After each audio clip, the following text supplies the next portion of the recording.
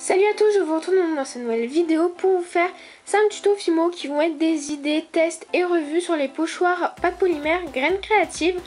Donc voilà, je vais vous présenter tout ça, me donner mes avis, tous mes conseils, tout ça, voilà. Donc pour commencer, je vous présente déjà les pochoirs, les gabarits que je vais utiliser le nid d'abeille dans cette vidéo. Et donc après voilà à peu près les pochoirs. Donc j'ai le motif Japon, floral, ethnique et géométrique. Donc ça se présente comme ça quand on sort du paquet et c'est vraiment quelque chose de très très fin. Donc il y a une partie, la partie que vous voyez là qui est rugueuse un peu. Donc c'est un film, une petite résine toute fine, mais vraiment toute fine. Et derrière en fait c'est tous les petits éléments, ils sont collés dessus. Donc voilà, c'est vraiment très très très fragile. Donc je vais vous donner plein d'astuces pour vraiment ils ne partent pas, car c'est vraiment très fragile et c'est ce qu'on voit le plus dans les revues. Personnellement j'ai eu qu'un seul souci et j'ai tout de suite corrigé, j'ai su mon erreur. Donc voilà, je vais vous la dire pour pas que vous fassiez la même. Donc derrière on a les modes d'emploi, donc avec des tutos, je vais vous montrer plein de techniques, des petites choses voilà qu'on peut faire avec, que je fais souvent parce que maintenant j'utilise tout le temps et je les aime vraiment beaucoup. Donc là après c'est les gabarits, donc je m'attarde un peu moins. Donc voilà, je vais utiliser là c'est le mosaïque, enfin les plastrons. Et dans cette vidéo je vais utiliser le nid d'abeille. Donc c'est beaucoup plus solide, beaucoup plus dur et plus épais. Donc voilà, il y a vraiment plusieurs tailles et j'aime beaucoup ce set. Donc là c'est pour voir à peu près par rapport à la taille de mes doigts. Donc pour bien nettoyer vos pochoirs, il vous faudra absolument à côté de vous tout de suite un bol, une assiette d'eau, car il faut vraiment que ce soit nettoyé immédiatement. Donc je commence tout de suite avec la première idée, premier tuto. Donc je vais faire ce collier là, donc où je vais utiliser la technique avec des poudres Perlux pour faire comme vous voulez, et les pochoirs nid d'abeille et les gabarits nid d'abeille. Donc voilà, et donc là c'est le résultat résumé, tout ça, je vais vous montrer tout ça. Donc tout d'abord je vais faire le petit losange. Donc je vais prendre de la pâte Bordeaux que je vais étaler finement, mais assez épais quand même. Donc je fais une taille régulière, je fais la même épaisseur pour mes deux plaques. Donc ensuite je vais positionner mon gabarit sur ma pâte. J'appuie pas fort, il faut vraiment juste, voilà. Moi j'ai passé un coup de rouleau, c'est quelque chose que maintenant je fais plus parce que faut surtout pas le faire en fait. Ça suffit juste que ça adhère, juste un petit coup de passer vos doigts dessus, ça suffit. Pas de coup de rouleau ou quoi, ça risque de trop imprégner à la pâte et donc ça risque plus de se décoller. Donc voilà, j'ai vu ça après, donc voilà. Donc après j'applique, là j'ai utilisé des Perfect Perles, donc je les applique au pinceau. Rien de spécial, un pinceau assez fluffy, pas un pinceau dur. Et donc après je le retire délicatement et là vous voyez qu'il n'y a pas eu de soucis. Vous nettoyez donc toujours la face rugueuse, donc la face où ne sont pas collés les éléments, où il y a le film protecteur en fait dessus, et vous frottez pas, ou le moins possible en tout cas. Faut être vraiment le plus délicat. Donc là sur ce pochoir là j'ai vraiment trop appuyé, ce qui fait qu'il y a eu un chevron qui s'est décollé. Donc voilà, c'est pour ça que je vous dis, vous faites juste imprégner, parce que voilà, là j'ai fait l'erreur de trop appuyer, du coup j'ai un chevron qui est parti. Voilà, vous voyez. Donc ça maintenant ça ne m'arrive plus parce que tout simplement j'ai trouvé la technique, enfin pas vraiment une technique mais juste, et c'est dit derrière les paquets, qu'il faut juste être délicat et ne pas appuyer pour pas que ça adhère à la pâte. Simplement ça se colle un peu, pas que ça adhère et que ça reste figé dans la pâte. Voilà, et après j'ai plus eu aucun souci. Voilà, pourtant j'ai utilisé ça. Donc après je viens mettre mes gabarits et découper, tout simplement.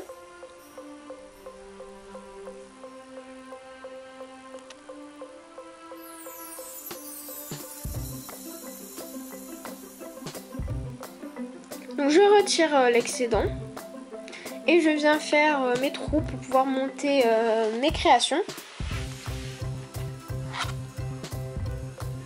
Donc je le fais avec un pic. Donc là vous voyez j'utilise ma lame pour pas déformer le motif, enfin l'hexagone. Ouais. Non, peut-être pas. Je sais plus. Bref. Et donc je fais pareil pour le petit. Et donc après le montage, je l'ai monté l'un en dessous de l'autre et je vais rajouter une breloque. Et j'ai monté sur des apprêts dorés et j'ai résiné pour qu'il y ait plus de résistance. Et j'aime beaucoup le résultat. Je vais passer à la deuxième idée. Donc je vais utiliser à peu près la même forme. Donc je vais utiliser toujours le nid d'abeille. Et donc cette fois-ci je vais réaliser un dégradé et la peinture acrylique.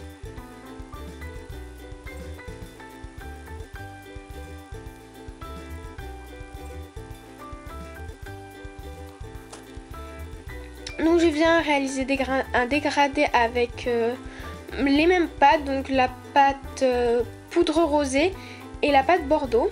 Donc je viens les dégrader simplement en rouleau. J'ai pas fait une grande quantité donc j'ai pas eu besoin de faire la pâte à machine.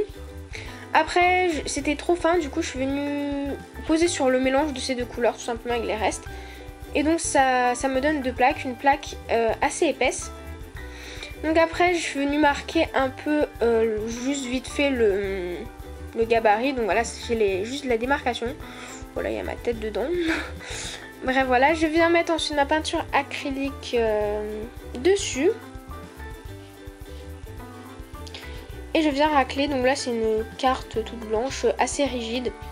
Vous pouvez venir aussi avec un papier simplement, ce sera encore, ça sécurise encore plus pour pas que ça parte. Et donc après je retire délicatement. Et tout de suite pour pas que ça sèche, il faut venir enlever donc la peinture. Parce que si ça sèche, après ça va se mettre dans les toutes petites fibres du tissu qui sert à faire le lien entre tous les petits éléments gris. Donc si ça vient se mettre dedans, ça marchera plus quoi. Enfin, ça va sécher dedans et votre pochoir fera plus des choses jolies. Donc voilà, c'est vraiment important, ne laissez surtout pas sécher. C'est vraiment le plus important de nettoyer tout de suite après l'utilisation. Et donc après je repositionne mon gabarit pour découper et voilà le résultat. Après je viens faire les trous, je monte, j'ai résiné et voilà un peu le résultat. Ensuite je passe à la troisième idée, le troisième tuto. Donc là je vais vous montrer comment réaliser un peu ce collier. Donc un peu une forme que j'ai jamais vraiment réalisée. Donc voilà, j'espère que ça vous plaît. Moi ça me plaît sans plus, enfin la forme voilà, je préfère en tout cas mieux porter, déjà je trouve que c'est un peu plus joli. Mais voilà, je pense que c'est pas quelque chose que je referai, mais je voulais quand même tester un peu cette manière de mettre. Bref voilà, je vais tout de suite vous montrer comment je réalise. Donc là j'ai pris du nacré. Donc oui, mon nail art a changé, tout a changé parce que ce montage m'a pris énormément de temps et de filmer les 5 tutos m'a pris énormément de temps, donc ça a été en fonction des idées. Et entre temps j'ai un peu changé ma manière de filmer, la luminosité, tout ça, donc voilà c'est un peu mieux. Donc pareil, je viens mettre mon pochoir, tout ça sans vrai, juste j'appuie, non j'appuie même pas, je frôle juste histoire que ça colle un peu ça adhère un tout petit peu à la plaque. Et après j'ai mis 3 couleurs pour faire un dégradé en fait. Donc c'est ce qui va permettre de réaliser des nuances dans votre gabarit et c'est vraiment super joli. Donc là j'ai mis 3 couleurs, vous pouvez en mettre plus, vous pouvez en mettre moins, c'est comme vous voulez et franchement le résultat j'adore. Donc après pareil, vous venez enlever à l'eau. Donc vous frottez seulement sur la partie où il y a les fibres, enfin la partie un peu plus granuleuse, surtout pas derrière où il y a les petits éléments qui sont collés. Je viens donc pour réaliser mes deux petits losanges qui iront à côté de mon motif zèbre on va dire, je viens prendre du mint.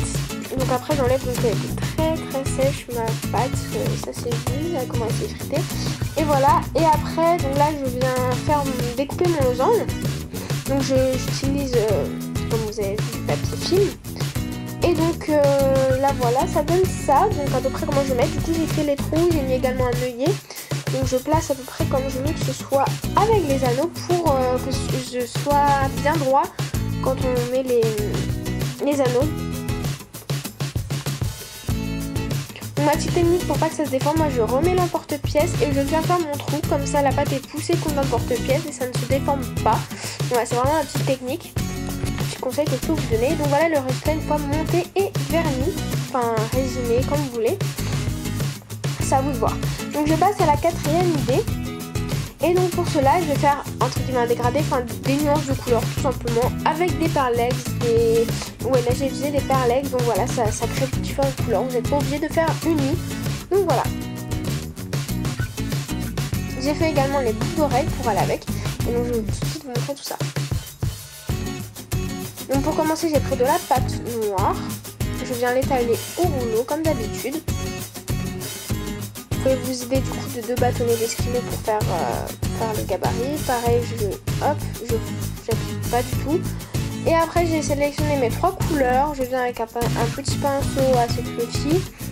Je viens passer tout ça. Donc on voit bien là, on voit bien les fibres entre les motifs. C'est ça qui est au-dessus et qui permet que ça tienne et qu'on puisse frotter sur cette partie-là. Même si surtout, je suis bien délicat même sur cette partie-là. Mais l'autre côté, c'est vraiment trop fragile, surtout ne frottez vraiment pas et ça part tout seul, j'ai jamais eu de problème, il n'y a pas besoin de frotter.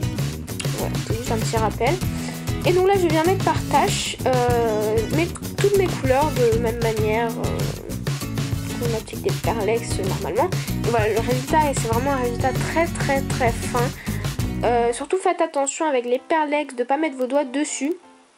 Parce que tout de suite ça va s'enlever, même après cuisson. C'est pour ça que je vernis mes créations à la bombe, pour pas avec du vernis en bombe, pour pas que ça bave quand je mets du vernis.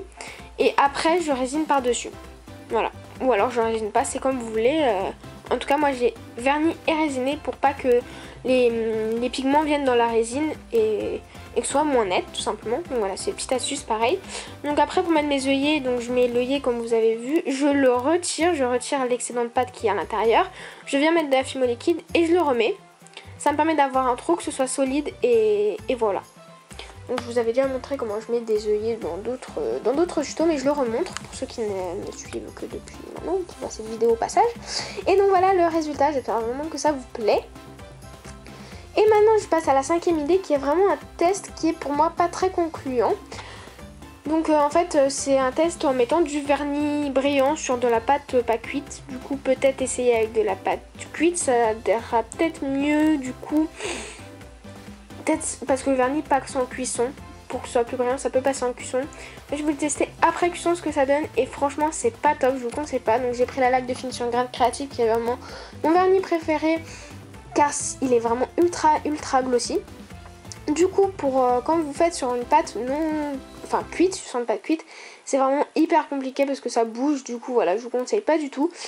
Donc faut le tenir, du coup c'est pas pratique. Et puis j'en ai mis je pense beaucoup trop pour ma part du vernis, ce qui fait que ça a vraiment bavé et on voit qu'il a bougé. Du coup c'est juste horrible le résultat, je voulais vous le montrer. Donc il a cuit, mais voilà, le résultat c'est pas du tout présentable, c'est juste un test pas du tout concluant. Et là c'est pareil, il faut immédiatement nettoyer, même ça se voit pas, faut vraiment nettoyer. Et donc là pareil, sans frotter on sèche, faut surtout pas frotter, voilà, c'est vraiment hyper important. Donc voilà, après séchage ce que ça donne, et je suis pas fan, du coup voilà, c'était pour vous montrer. Donc voilà, ces 5 tutos Fimo sont terminés, j'espère vraiment qu'ils vous auront plu. N'hésitez pas à me laisser vos avis en commentaire et à aller voir mes réseaux sociaux, tous les liens sont en fin de vidéo et dans la barre d'infos.